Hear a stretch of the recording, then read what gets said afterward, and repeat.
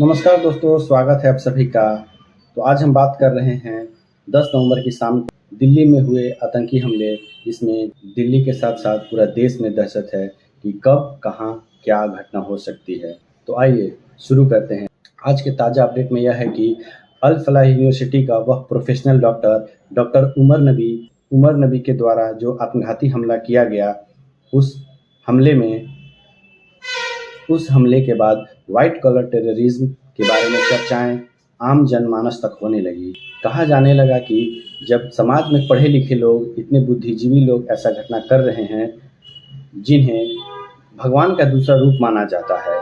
अब जानकारी मिल रही है कि इस यूनिवर्सिटी से बहुत सारे लोग गायब हैं। ताज़ा रिपोर्ट के अनुसार जांच एजेंसी के रडार में करीब 200 से ऊपर लोग आ गए। हाल ही में यूनिवर्सिटी के चेयरमैन जावेद अहमद सिद्दीकी को दिल्ली के ओखला से उन्हें गिरफ्तार किया गया है। उन पर जांच एजेंसी ने मनी लॉन्ड्रिंग का चार्ज लगाया है। जांच में उन पर अवैध रकम का चार्ज लगा है और अब ईडी और एनआईए उनसे पूछताछ भी कर रही है। उमर नबी जो एक प्रोफेशनल डॉक्टर था, उसने कई ऐसे वीडियो बनाए और लोगों को आत्मघाती हमलों से मरने के लिए प्रेरित किया और बताया कि यह आत्मघाती हमला, लोग इसे गलत समझते हैं, यह एक अच्छी बात है। मतलब आत्मघाती हमला को उसने सही बताया और लोगों को इससे मोटिवेट कराया। लोगों को वह ब्रेन वॉश कर रहा था, मोटिवेशनल भाषण दे रहा था। ऐसी वीडियो बनाकर उसने करीब 11 लोगों को यह वीडियो फॉरवर्ड किया। दिल्ली बम ब्लास्ट करने से पहले वह अपने घर पुलवामा गया था और उसने अपने भाई से कहा कि अगर मेरा पता न चले तो इस फ़ोन को तालाब में फेंक देना। तो जांच एजेंसी ने जब उस मोबाइल को तालाब से निकाला, मोबाइल से बहुत रिकॉर्ड तो गायब हो गए थे, लेकिन करीब उसमें 72 वीडियो बाहर आए, जिसमें उसने करीब उस 72 वीडियो में 12 वीडियो उस उमर के द्वारा ही बनाया गया था, जिसमें वह लोगों को ब्रेन वॉश करते हुए दिख रहा है। वह उस वीडियो में कहा करता था कि आत्मघाती हमला बुरा बात नहीं है। उस वीडियो को देखकर बहुत से लोग ब्रेन वॉश्ड हुए हैं और ऐसे ब्रेन वॉश लोग स्लीपर सेल बनकर हमारे बीच ही कहीं उपस्थित होंगे।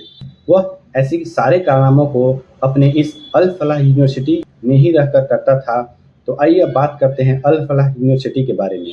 तो इस अल फलाह यूनिवर्सिटी की स्थापना 1997 में हुआ था और यह हरियाणा के फरीदाबाद में स्थित है, दिल्ली से करीब 70 किलोमीटर दूर। इस यूनिवर्सिटी में 2016 से मेडिकल की पढ़ाई हो रही है और एमबीबीएस की पढ़ाई 2019 से हो रही है।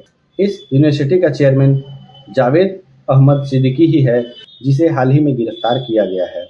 उस पर मनी लॉन्ड्रिंग का चार्ज लगा है। ईडी ने यह तर्क दिया है कि वह बैंकिंग चैनल के माध्यम से कम वेतन देता था, उसका ई-केवाईसी में गड़बड़ी है। यह भी आरोप है कि बताए गए जो कारोबारी पता है, उसका रियल में वैसा कोई दफ्तर है ही नहीं। उस पे एक ही मोबाइल नंबर और एक ही ईमेल से बहुत सारे कंपनी रजिस्टर्ड है। ऐसे कई आरोप ईडी ने लगाए हैं। ईडी द्वारा इस यूनिवर्सिटी के करीब 25 ठिकाने पे छापा मारा गया है।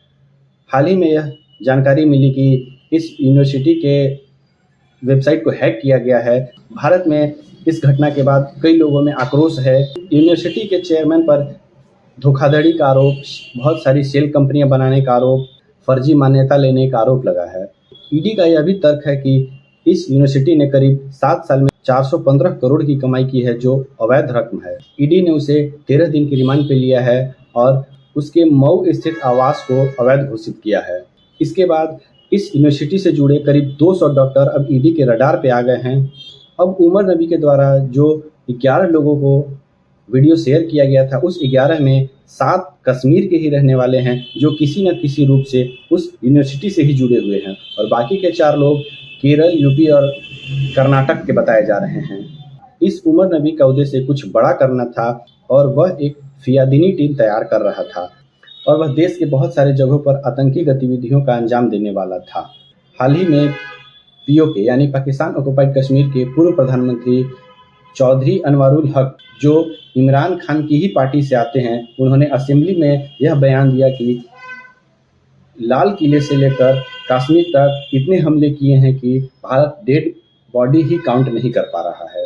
तो दोस्तों, अब सवाल यह उठता है कि क्या भारत में मदरसों में जो पढ़ाई होती है या मौलवी के द्वारा कुरान का इंटरप्रिटेशन किया जाता है, क्या वह सही तरीके से किया जाता है, इस पर विचार करने योग्य है। तो दोस्तों, मेरा यह मानना है कि कुरान का सही इंटरप्रिटेशन करने के लिए भारत सरकार को अपने लोगों को अपॉइंट करना होगा, जिससे लोगों तक सही कुरान का मतलब पता चल सके और लोग ब्रेन वॉश न हो, जिससे भारत में आतंकी गतिविधियों को रोका जा सकता है। क्योंकि जहाँ तक मुझे लगता है कि यह सारी गतिविधि मदरसों में ही या फिर कुछ मौलवियों के द्वारा कुरान का गलत इंटरप्रिटेशन कर लोगों को ब्रेन वॉश किया जा रहा है। दोस्तों, धार्मिक स्वतंत्रता से बड़ा देश की सुरक्षा है। तो विचार करने योग्य है कि जब एक पढ़ा लिखा डॉक्टर धार्मिक भावना में आहत होकर इतनी बड़ी घटना को अंजाम दे सकता है, तो उन आतंकियों के द्वारा हमारे जो आम नागरिक हैं तो उनको कैसे ब्रेन वॉश करते होंगे।